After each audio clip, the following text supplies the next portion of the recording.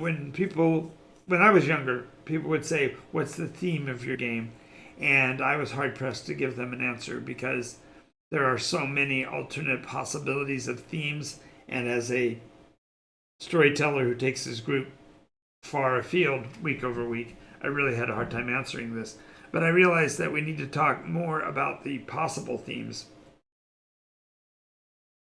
the different ways that you as a game master can take your players through your story. And these maybe are full descriptions of your stories. Maybe these are only referring to facets of your stories. But you'll have to start to understand kind of what I mean when it comes to themes as we go along, all right?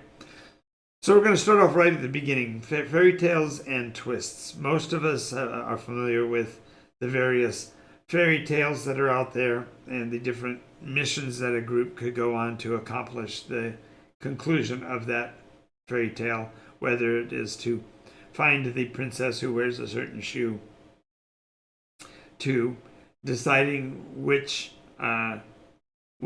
tree in the forest is the host of the mystical creature or whatever. The idea of the fairy tale and the twist is that maybe you're telling the exact story that you read from Grimm's fairy tales. Maybe you're talking about the big bad wolf or whatever.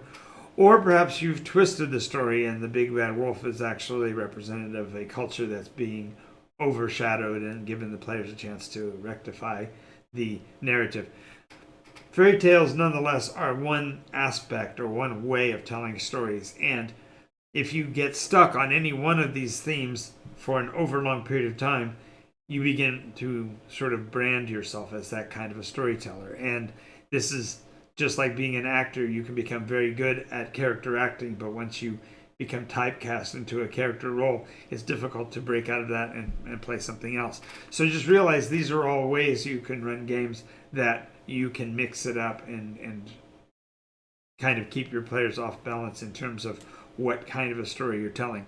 My recommendation is stay within one of them until such time as the players become aware of it, and then switch up so that you've got a wide array of potentials you could go to, and also scratch the itch that you have at the time. If you are, for example, onto continuities and imbalances, let's say you wanted to look at a story from the standpoint of it's pre-World War I, and you want there to be peace instead of the war. That would be an aberrance because historically war did result.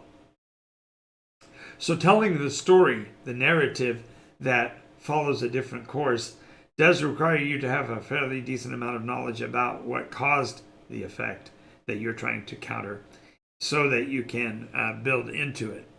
And this also leaves the opportunity to perhaps pursue a story. Perhaps you want to watch the beginning of World War I and you want to experience the players as they play out the roles of the variety of nobles and leaders and stuff that made decisions. That's what you're looking for. In both cases, generally the story will play out until the continuity is complete, or the continuity is completely broken, in which case your story can end and therefore you can move on to another theme.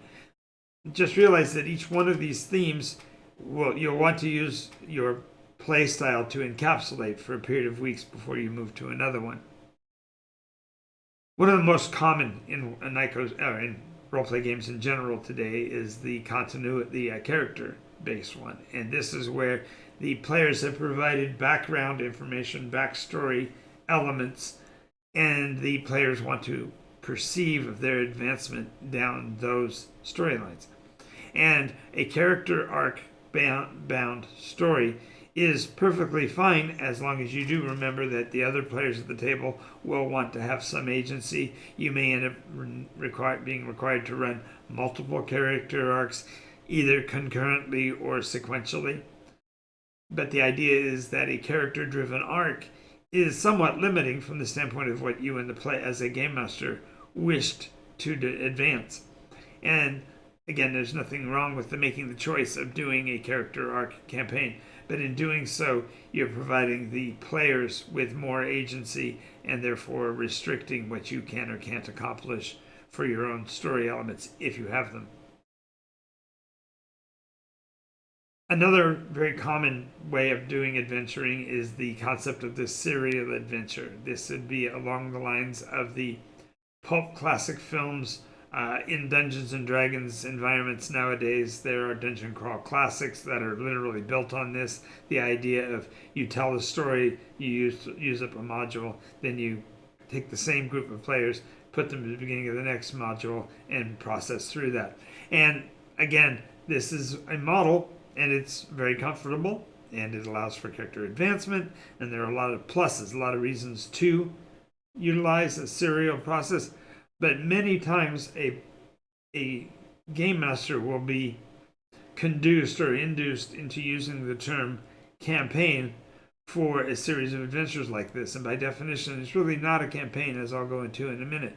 But the idea here is that the serialized adventures are a very popular way to go because you can simply plug and play, put in your new characters, and advance the stories session over session.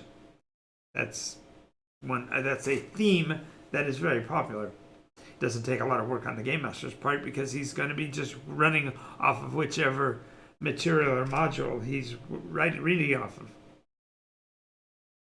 The next are monster hunts, and these are a bit of fun and can be in individual encounters, or they could be a several night story arc as you're pursuing the monster or hunting down its lair or whatever. And monster hunts, especially in the modern era where we are used to the video game environment where you do set up a big bad and then you pursue the big bad until his destruction, the monster hunt is a perfect course to follow for that.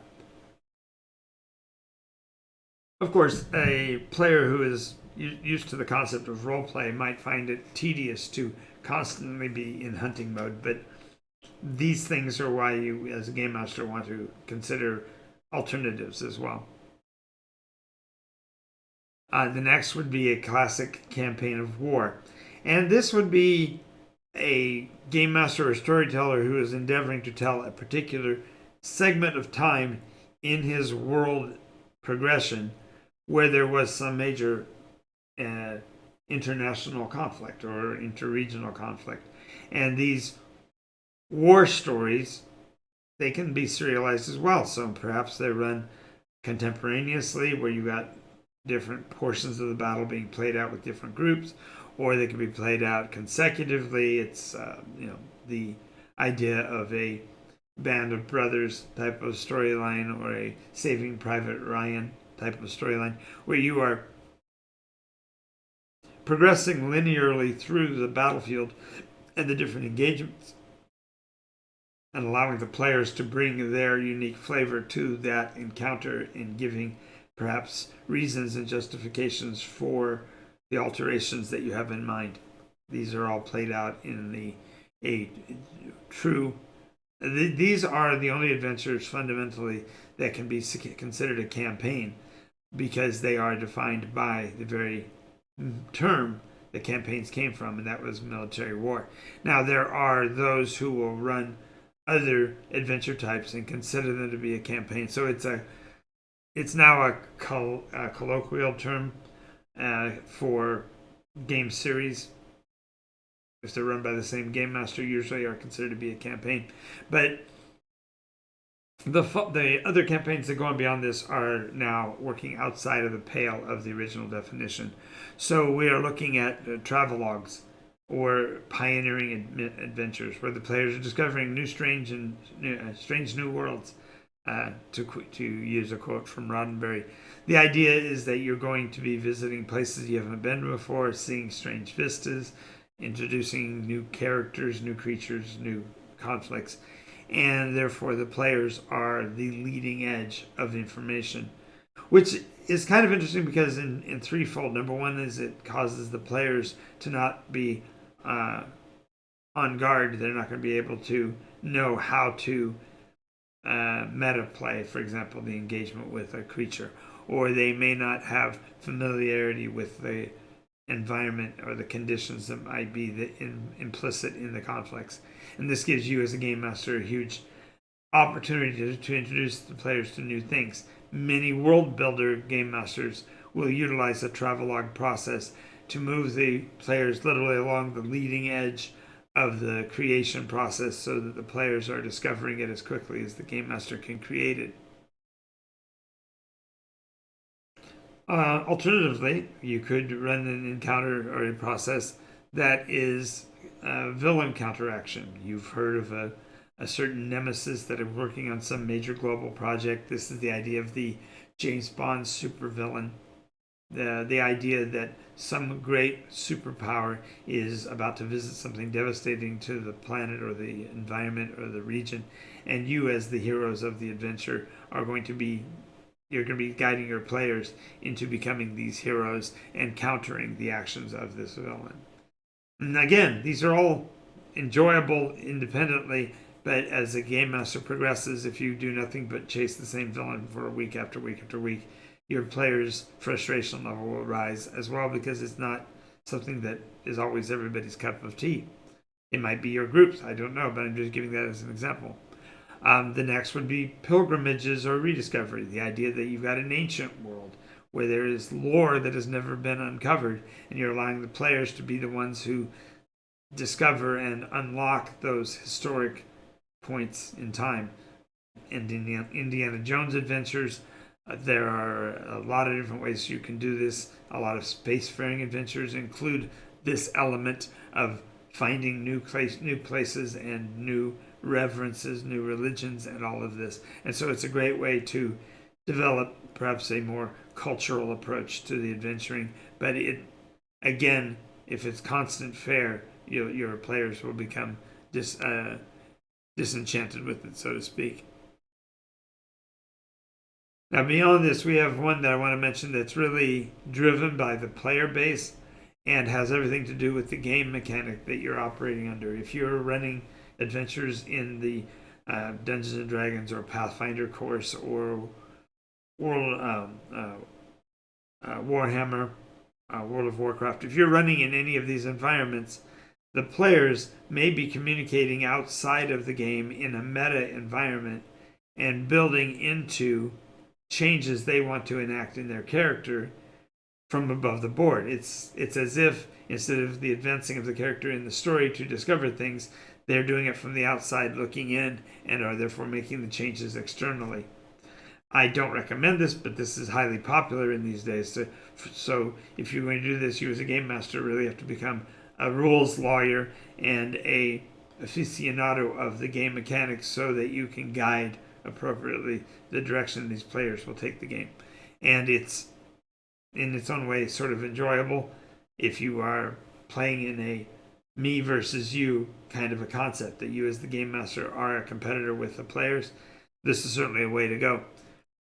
Another one that's very akin to this, but generally has to do with the originality or the newness, the novelty of the players, and that is the concept of the Leroy Jenkins or Mutant Spree type of campaign or adventure. And this is where the players literally are ignoring the story, the elements of decorum, politics, etc. in the community of the game, and instead they're just doing what they want to do, come hell or high water. So the idea here is that the Leroy Jenkins Mutant Spree element is okay for a week or two, but generally even the most jaded players will be ready to get back to a more standardized campaign structure in a short period of time, and after the players that were doing the mutant and Leroy Jenkins things have met their ultimate demise. Final one I want to mention is the most classic of them all. It's the Lord of the Rings Tolkien approach. You go to find an item, then you go to destroy the item, or you go find the item and you go to utilize the item. Either which way, the idea of a seek and destroy mission for a mechanical thing is a way to go. It will definitely give you a campaign feel, as it will be sequential over a large number of weeks or whatever to accomplish. But while this is also considered to be a classic adventure campaign, this is not necessarily martial. It can be as individualistic and as carefree as you want to make it. But the idea is that the legacy of the group is actually associated with the accomplishment of a particular task. Which leads us back to the fairy tale, because all fairy tales are is very much foreshortened versions of the seek and destroy or other of these elements, whether it be a monster hunt like Beauty and the Beast or whatever. The idea is that the range of a game master will expand as he considers other role-playing themes than those of which he is most familiar. And I, again, recommend the Game Master Academy as a way to learn how to navigate the variety of styles of play and to bring to the players what they are ultimately looking for.